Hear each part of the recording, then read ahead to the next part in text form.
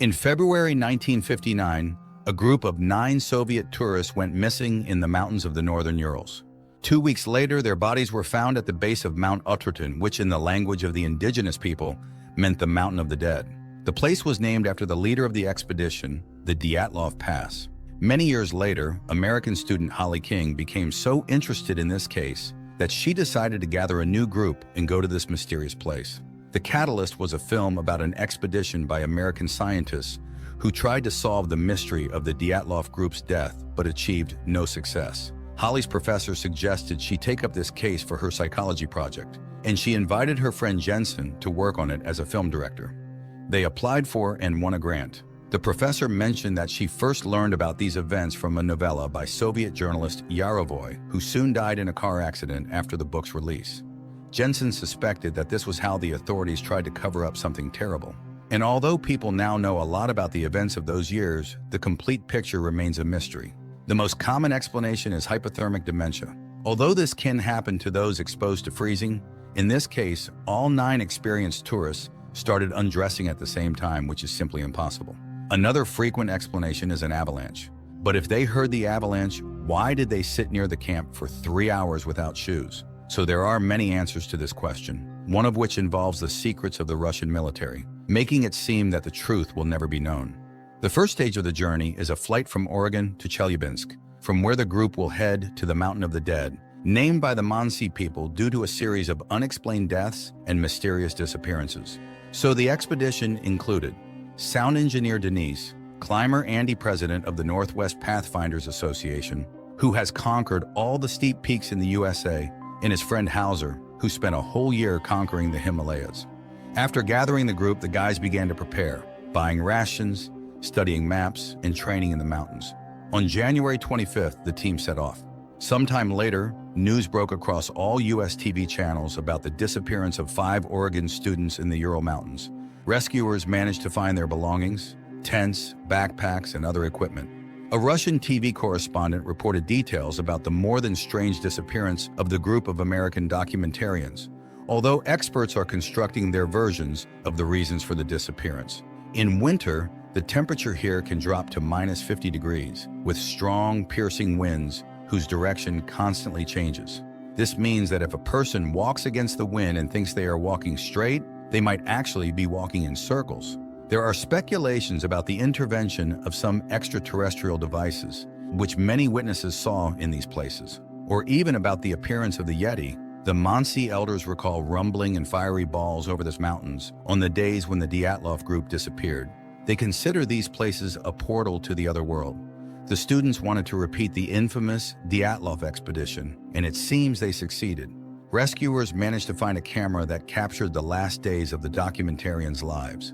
A group of hackers posted frames on their portal, showing Holly talking about the darkness that followed her from the open door, while Jensen calms the girl, although she is sure they will not get out of this place. The action shifts to a month earlier, when lively and cheerful students are traveling to the Urals. On the train, they are having fun, hoping for success and worldwide fame. Andy is proud of his acquisition, a phone with GPS, which will help them navigate the mountains, while Holly conducts tests to find out people's desire to hike. Soon the group arrives in the town of Ivdel, where they plan to interview the only surviving member of the Dyatlov expedition, who left the route due to illness. But now he is held in a psychiatric hospital. However, doctors do not allow the Americans inside, and they only manage to see the old man showing them a note saying, "Leave." In the evening, the group goes to a local bar. The bartender pours them local moonshine and says that the Dyatlov group stopped here in 1959 and drank the same thing as the Americans. There, they meet Sergei, who speaks English and drives them to the village of Vizar, the last point before heading out on the road. The man tells them that his aunt, an English teacher, participated in the search for the Dyatlov group. She claims that in 1959, not 9 but 11 bodies were found near the Mountain of the Dead. Next to the last 2, which looked very different from the others, lay some unknown device. But none of this was mentioned in the reports. After the conversation, the guys set off on foot. At night, they stop and set up camp as the weather begins to change. Hauser prepares a camp dinner, and the guys have fun joking with each other. At night, people see strange lights in the sky and recall reports of orange flashes over the Dyatlov camp. but they decide they still won't be able to solve this mystery and go to sleep. However, in the morning, they notice numerous barefoot tracks of unusual sizes around the tents, resembling human ones. The main thing is that the tracks have no beginning or end, as if some creatures did not come to the camp but flew in. Nevertheless, they set off to explore the area. Soon the students find an abandoned meteorological station, around which the same tracks are found. And in the station's booth lies a torn-out human tongue. Denise panics and asks Holly to leave. But Jensen tells her about a past in China where animals and birds crash into cliffs and people go insane and die. It is said to happen because of the sound of the wind. Holly admits that she had a similar dream. Mountains, snow, and some door with darkness behind it. And then she heard about the Dyatlov Pass and realized that she would find out everything here. During their conversation, the camera captures two human figures running far in the background. Later, they go further and unexpectedly come to the Dyatlov Pass. Once, 9 people set up camp in this very place, had dinner, and went to sleep. But somewhere between 9 and 11 at night, something that the authorities called an unknown irresistible force forced them to leave the tent in such horror that they cut it from the inside and ran into the night, where it was minus 28 degrees. Holly marks the places where their bodies were found. The first deceased, Rustem Slobodin, Igor Dyatlov, the group's leader and the most experienced tourist. It was probably his idea to leave the tent. Zenaida Kolmogorova was closest to the camp, the only victim who resisted, as her tongue and most of her oral cavity were torn out. Lyudmila Dubinina, Nikolai Thibault-Brignol, Alexander Zolotaryov, Alexander Kolevatov. The cause of death for all was called hypothermia, but Rustem and Nikolai had serious skull injuries, and Lyudmila and Alexander had broken ribs, which was not observed in others. There were no signs of an attack on any of the bodies, no external injuries. Something broke the skulls of 2 men and the ribs of 2 people without leaving even bruises. Moreover, Alexander's body had a high level of radiation. But from where, and why only on him? Georgy Krivonashenko and Yuri Doroshenko, when others ran away, sat by the extinguished fire and froze to death. While Holly is conducting research, Andy is surprised that their group somehow covered 22 kilometers in one day. Everyone's watches, GPS, and even the compass stopped working. Some guys suggest leaving the mountains before it's too late, but Holly persuades them to stay and finish the film. At night, Holly notices that the Geiger counter starts signaling, and together with Jensen, they go up the slope, where they find a high but not deadly level of radiation. Unexpectedly, the students discover the entrance to a bunker closed with an iron door. Holly wants to open it, although Jensen is categorically against it, as Russian authorities did not build it here for nothing, closing something dangerous in the mountain. However, it turns out that the door is open and just a bit frozen. Holly asks Jensen not to tell the others about the discovery to avoid causing panic among the already scared team. They return to the camp and settle for the night. Around 6 a.m., a huge avalanche roars down the mountains, killing Denise, injuring Andy, and sweeping away the tents and almost all supplies. At first, everyone quarrels, trying to find the culprit of the tragedy, but gradually they realize it was an attempt on their expedition. They help Andy and try to contact the outside world somehow. Holly tells them about the bunker, which enrages Hauser since they are freezing here in the snow while it might be warm there. The students launch a signal flare and wait for help. After some time, 2 people arrive, claiming they saw the flare, but Andy does not believe them since they have no backpacks and could not have reached here so quickly. He stays to hold them back while the others are ordered to run. The strangers shoot Andy and wound Hauser. Holly, Jensen, and the wounded Hauser barely manage to get into the bunker. The strangers pursue them, but the students close the door. The Americans turn on the lighting, although it is dim and flickering.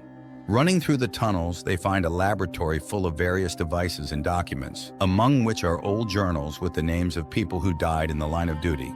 There are also details about the famous American experiment with the teleportation of the USS Eldridge. Hauser feels unwell and stays put, as Holly promises to find an exit in return for him. The students continue on alone. Soon, Holly and Jensen find the bodies of soldiers who recently died. One of them is missing a tongue, presumably the one they found earlier at the station, but the other bodies are very old and even skeletonized. The 2 open another door, behind which they sense movement. Suddenly, under the flashlight, they see exactly the same camera they have. Moreover, it has their recordings on it. Jensen recalls the teleportation of the Eldridge, which likely happened to them too. At that time, many soldiers mutated, turning into something incomprehensible. At that moment, they hear Hauser's screams and rush to him, finding their friend being torn apart by two humanoid mutants. Noticing the newcomers, the mutants attack them. Resembling skeletons covered in skin, the mutants seem to possess the ability to teleport as they appear out of nowhere in any place. Jensen and Holly leave their friend's body, run out of the bunker, and close the door. To their surprise, the mutants do not chase after them. The survivors turn around, and instead of a snowy field, they see a fossil forming a huge round tunnel. The students realize that this is the path for the mutants' teleportation.